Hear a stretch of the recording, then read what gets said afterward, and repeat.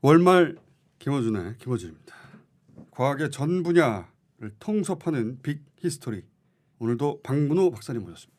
예, 반갑습니다. 네. 자, 지구를 떠나서 이제 우주로 가는 것으로 오늘 예정돼 있는데, 예. 우주로 갔다가 얼마나 머물지는 모르겠는데 일단 우주로 떠나보겠습니다. 어떻게 출발합니까? 별이죠, 별. 별. 예. 우주가 지구에 있는 70억 인류라 하면 그 한 구성 요소는 사람이잖아요.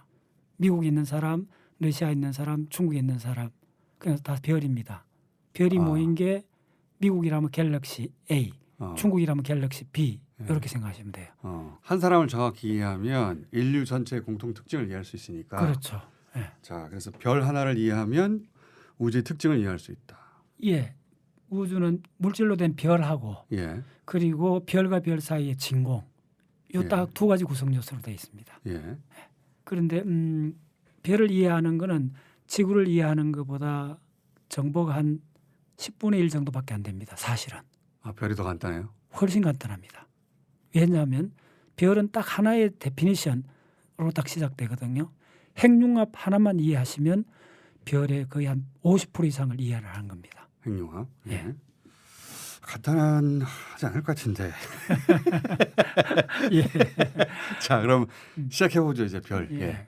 핵융합이라는 게 그 원자력 발전소하고 에너지를 얻는 건 동일하지만은 개념은 정반대입니다. 두 개 다 질량이 에너지로 바뀌는 현상인데 원자력 발전소는 간단히 말해서 방사성 물질이 붕괴되면서 예. 하나의 덩어리가 두 개로 쪼개질 때 쪼개진 덩어리하고 원래 있던 덩어리 질량이 다르거든요. 예. 질량이 줄어들어요. 예를 들면 0.1% 줄어들었다 합시다. 그럼 그 0.1% 질량이 오롯이 100% 에너지로 바뀐 겁니다. 예. E 이꼴 mc 제곱. 그때 m이 질량 차거든요. 변한 후 물질이 원래 물질보다 질량이 줄어드는 거예요. 예. 줄어든 그 질량 m에다가 강속도를 제곱해주면 에너지가 나와요. 그게 이제 유명한 아인슈타인의 그렇죠. 방정식 아닙니까? 그럼 2는 mc 제곱. 구체적으로 말하면 아인슈타인의 상대성 이론이 두 가지가 있는데 그건 특수 상대성 이론의 결과가 E 이꼴 mc 제곱이고 예. 일반 상대성 이론은 우주 전체를 이야기하는 거고.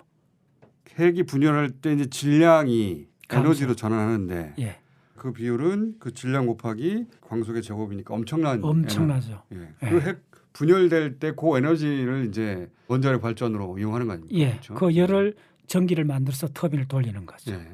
그런데 이제 별은 반대 현상입니다.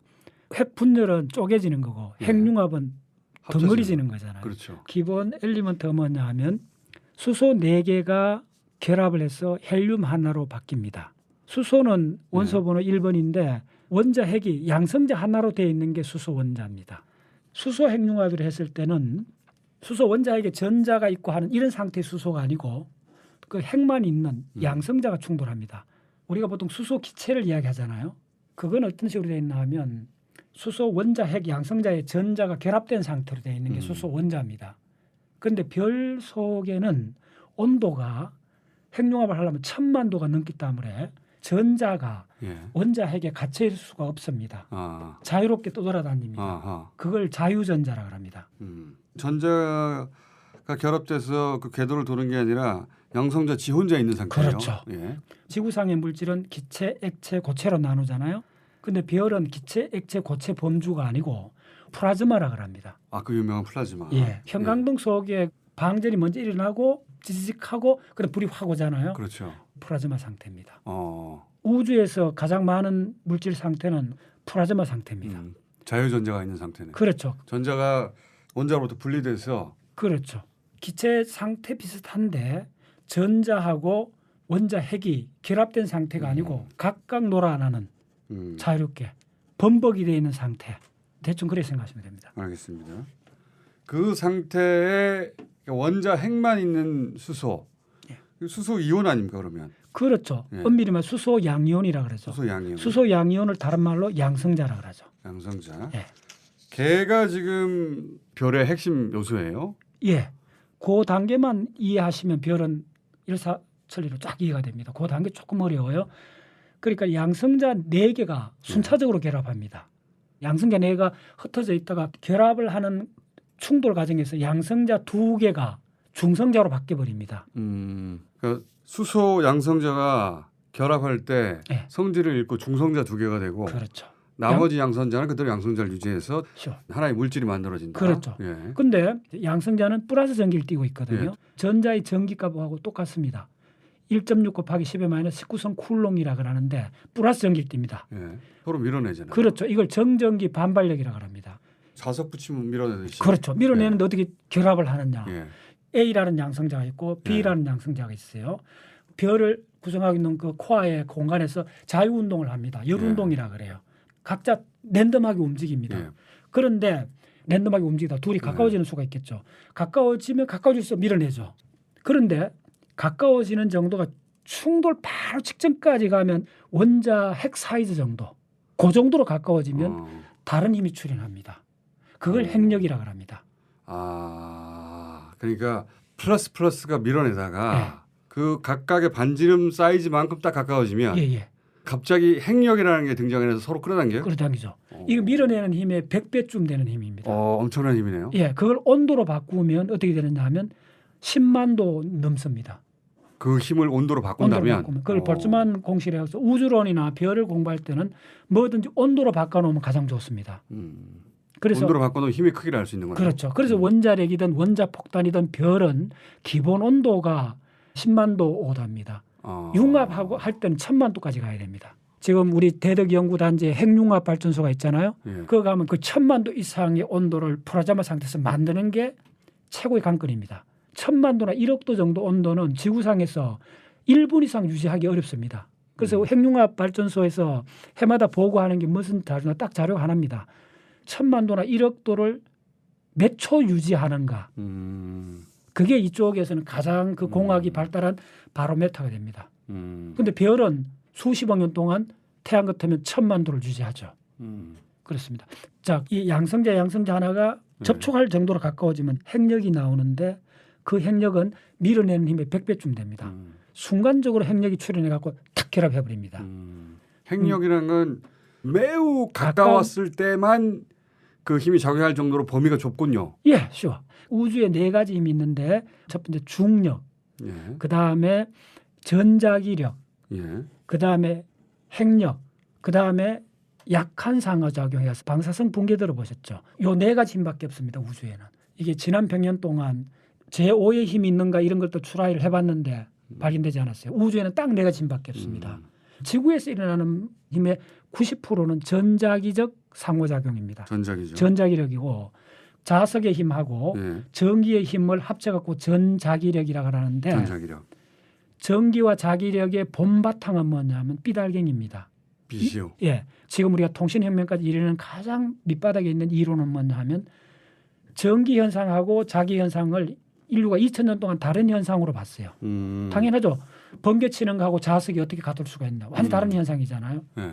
그런데 맥스웰이라는 사람이 이걸 수학적으로 4개의 방정식을 만들었습니다. 전기와 자기의 상호관계에 관한 4개의 미분 방정식입니다. 그게 그 유명한 맥스웰 방정식입니다. 맥스웰 방정식 들어봤죠. 예. 맥스웰 방정식이 국내 번역이 됐을 때 부제가 뭐냐면 우주의 모든 것을 만든 사나이. 그게 부제입니다. 그 정도로 이 전자력은 지구에 일어나는 생명, 암석, 대륙 이동 거의 모든 거는 90%가 전자기력. 핵력은 지구상에서는 핵력을 볼 수 없습니다. 유일하게 한 상호작용은 볼 수 있는데 지구에도 방사성 물질 붕괴했다 얘기 들었죠. 예. 그때 작용하는 겁니다. 그러니까 이제 이 약한 핵력, 강한 핵력, 예. 핵 사이에 작용하는 거기 때문에 우리 눈으로는 보이지도 않고 예. 이제 이걸 관찰하면 핵 원자력 발전소, 원자폭탄, 예, 핵 발전소나 별소. 원자폭탄 이런 걸 봐야 되는 거죠. 예. 이 좋습니다. 자, 그러면 전기와 자기가 결국은 기본 알기가 빛이라는 건 어떻게 연결되는 겁니까? 아, 좋습니다. 그러니까 맥스웰 이전에는 몰랐어요. 그 전에 한 100년 이상 파라데이나 그다음에 몇몇 학자들이 자석에 관한 공식을 그 현상을 알고 있었어요. 구리선에다가 전류를 흘려주면 이 자석이 되죠. 자석이 되잖아요. 예. 전기하고 자기가 서로 연결됐다는 거는 이제 코일 감아가지고 예. 전기 올려주면 자석이 된다. 거기서부터 알게 됐겠죠. 알게 됐는데 그걸 4개의 전기와 자기에 대한 독립된 방정식이 있었어요. 그 맥스웰이 4개의 방식을 만들었는데 그 4개의 방정식을 결합을 해봤더니 아하. 어떤 속도가 나왔어요. 아. 그때까지 빛이라는 걸 몰랐어요. 속도를 계산을 해봤더니 이게 빛의 속도네? 그게 정확히 빛의 속도가 된 거예요. 그러니까 수학적으로 찾아낸 거네요. 찾아낸 거예요. 그 다음에 이제 마르코니가 장비를 만들어서 전자기 팔을 만들었죠. 전기 현상도 파동으로 나오고 예. 자석 현상도 파동으로 전달되기 때문에 먼 거리를 갑니다. 예. 그런데 전기 현상하고 자기 현상이 한꺼번에 나오는 그걸 찾아낸 거예요. 그랬더니 이 두 웨이브가 어떤 식으로 가느냐 하면 하나의 평면에 자기장이 율동을 하고 그 수직인 평면에 전기장이 수직으로 율동을 하는 형태로 되어 있다는 거예요. 자기장이 하나의 평면, 예. 전기장의 하나의 평면. 예. 그러니까 X축, Y축이 됐죠. 예. 그럼 X축은 전기장이고 예, Y축은 자기장이라 자기장인데. 하면 이 두 축의 수직인 한 축이 있잖아요. 예. 그 축으로 에너지가 나온다는 걸 알게 된 거예요. Z축으로. 예. 근데- X, Y가 각각 전기 자기장, 예. 전기장과 자기장의 파동이 움직일 때. 예, 예. 예. 전장도 파동이고 자기장도 파동인데 두 개를 합쳐 그러면 전자기장이 되죠. 예. 전자기장을 줄여갖고 전파라 합니다. 전파는 어느 쪽으로 하느냐 하면 두 방향의 수직인 방향으로 나옵니다. Z축이요. Z축으로. 그래서 Z축으로 나오는 요게 전자기파고 예. 그 전자기파가 이동하는 속도를 맥스웰이 계산을 한 거예요. 했더니 빛의 속도였다. 빛의 속도라는 거예요. 전자기파의 속도가 빛의 속도라는 걸 수학적으로 알고 예. 양자역학에서 이걸 양자화합니다. 어. 양자화를 하면 이걸 양자장이론이라고 하는데 모든 파동은 하나의 입자에 대응합니다.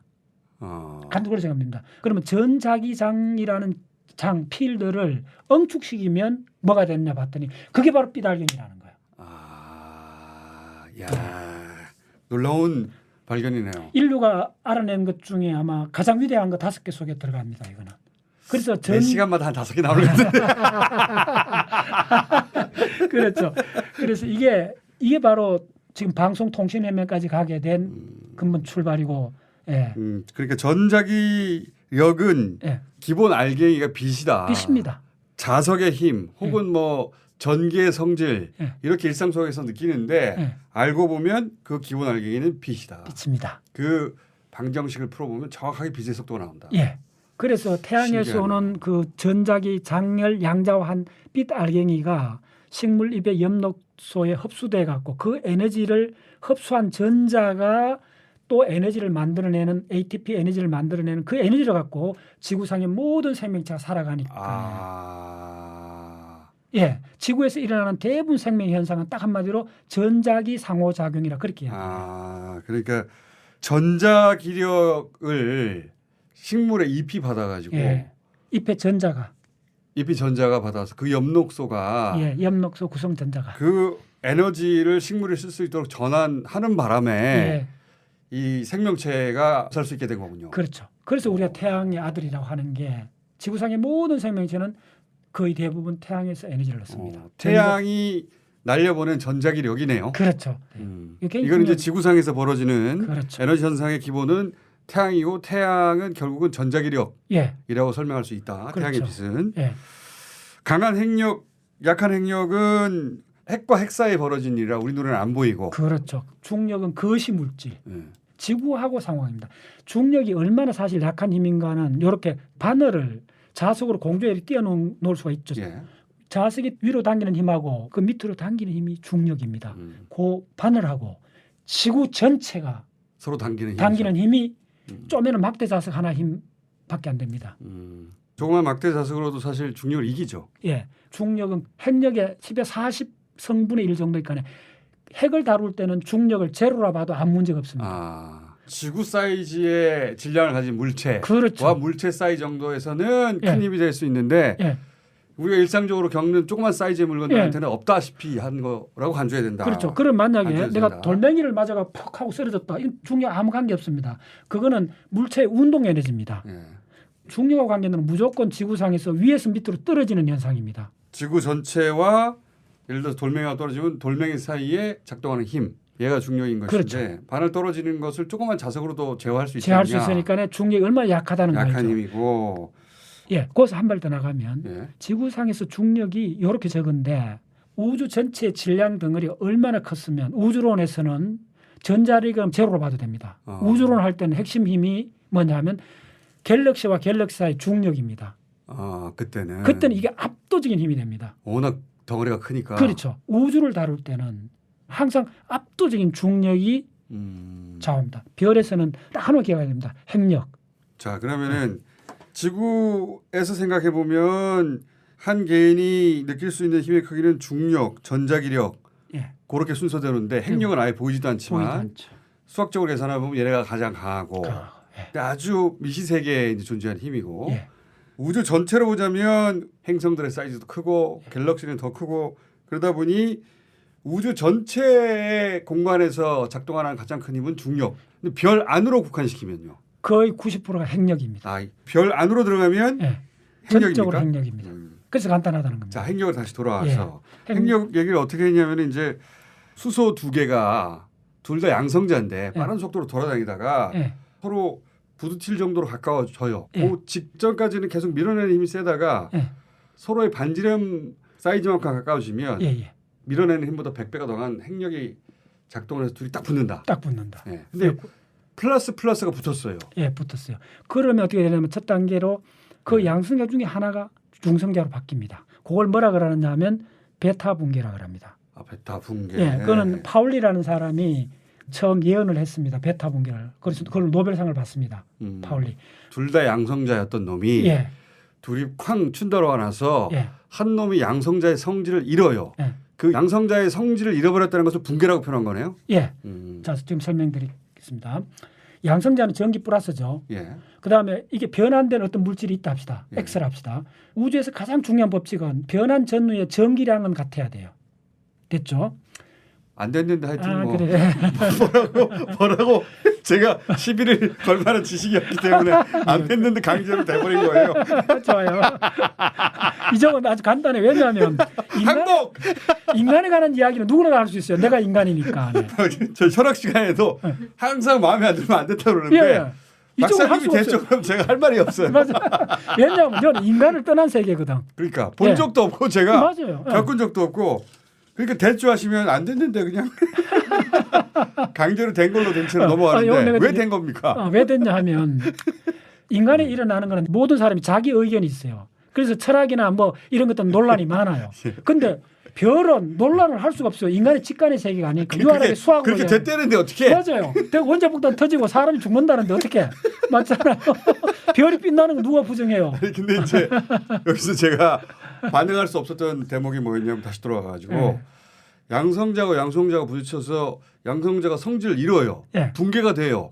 그게 이제 중성자가 되는 건데 지켜지는 원칙이 뭐냐면 전하량은 바뀌지 않는다. 그렇죠. 여기서 됐죠 해서 제가 안 됐는데 그걸 왜 전하량은 바뀌지 않는 겁니까? 그래서 그걸 법칙이라 그래요. 그걸 그냥 안 바뀐다. 예, 법칙입니다. 이유는 모르겠는데 안 바뀌어. 우주에서 모든 걸 지켜야 되는 첫 번째 대원칙이 뭐냐면 전하 보존의 원칙입니다. 전하 보존. 그 전하 보존 원칙 위로 올라가면 네텔이라는 독일의 여자 수학자가 있었습니다. 힐버트 제자였는데 교수 임용이 되려고 그랬는데 교수회의에서 반대를 한 거예요. 독일에서도 여자는 교수가 될 수 없었던 거예요. 20세기 초반. 20세기 초반 이렇게 보시면 돼요. 힐버트가 이 여자 수학자의 탁월한 그 능력을 인정을 해갖고 유럽의 세계적인 게투겐 대학의 수학과 교수로 임용을 하려고 그랬어요. 힐버트가. 근데 교수회에서 관례가 없다는 거예요. 그때 힐버트가 했던 말이 이게 대학이지 목욕탕인 줄 아느냐고. 멋있다. 네, 네텔이라는 여자 수학자가 했던 그 유명한 네텔의 정리가 자연과학에서 가장 놀라운 정리입니다. 맨날 놀라운 정리. 그 박사님 너무 놀라운 정리 중에 하나 정도로 하죠. 그렇죠. 놀라운 정리 중에 하나인데 그게 대장입니다. 대장 정도 보면 돼요. 하여튼 네텔의 정리가 오늘은 대장이에요. 네텔의 정리는 뭐냐 하면 우리 중고등학교 때 질량 보존의 법칙 들었죠. 그렇죠. 질량 보존의 법칙, 에너지 보존의 법칙이 나온 근거가 네텔의 시열입니다. 그게 전하 보존의 법칙입니까? 그렇죠. 그게 실제 가리킨 전하 보존의 법칙. 네텔이라는 수학자가 수학적으로 전개했는데 전하는 보존된다고 정리해냈어요. 그렇죠. 수학적으로? 모든 입자 물리학이나 자연과학이 그걸로 기초를 만든 겁니다. 그러니까 전하는 보존된다는 것은 원칙이라는 걸 알았기 때문에 예, 요 놈을 상수로 두고 예, 나머지 이제 변환되는 에너지를 계산할 수 있게 된 거군요. 그렇죠. 중고등학교 때는 에너지 보존 법칙이라 했잖아요. 예. 위로 올라가면 그게 뭘로 바뀌느냐 하면 대칭으로 바뀝니다. 그래서 one symmetry correspond to one conservation law 해서 이거는 물리학 하는 사람들이 근가옥조로 사면 가장 첫 번째 원칙입니다. 그래서 그 대칭의 원칙에서 뭐가 나오느냐면 작용이라는 게 나옵니다. 그 대칭은 작용의 구조를 결정했다고 합니다. 입자물리학의 대전제입니다. 그 작용의 구조에 의해 갖고 우주의 설계도가 만들어지는 겁니다. 그래서 우주의 설계도의 원본이 뭐냐면 대칭의 원리입니다. 그 대칭의 원리를 수학으로 증명한 사람이 네테르라는 사람이고 그러니까 아인슈타인 이론이나 뭐 모든 물리학 이론은 그 네테르 시어리를 바탕으로 전개됐다 이렇게 생각하시면 됩니다. 여기 플러스가 있으면 거기 대칭이 마이너스가 반드시 있고 그렇죠. 요 힘이 줄어들면 그 힘만한 변환된 에너지가 또 있고 그렇죠. 어떤 물리 현상이 일어나고 있어 반드시 지켜야 돼요. 이거는 깨지는 예가 없다는 거죠. 그러면 여기서 다시 돌아와 가지고 플러스가 부딪혀서 예. 플러스를 잃고 예. 전하량이 없는 중성자가 돼요. 예. 그러면 그 플러스량은 에너지로 변환돼야 되겠네요. 예. 사라지지 않으니까. 예. 그렇죠. 그래서 양성자가 중성자로 바뀌었잖아요. 예. 양성자는 전하량이 플러스 1이잖아요. 예. 중성자는 제로잖아요. 예. 그러면 보존법이 깨졌잖아요. 잃어버린 전하량이 어디로 가야죠. 그렇죠. 변환 끝나고는 플러스 1이 나와줘야 돼요. 다 합쳐갖고. 예. 근데 중성자는 제로니까 플러스 1인 뭔 존재가 나와야 되잖아요. 예. 이걸 예언한 사람이 있어요.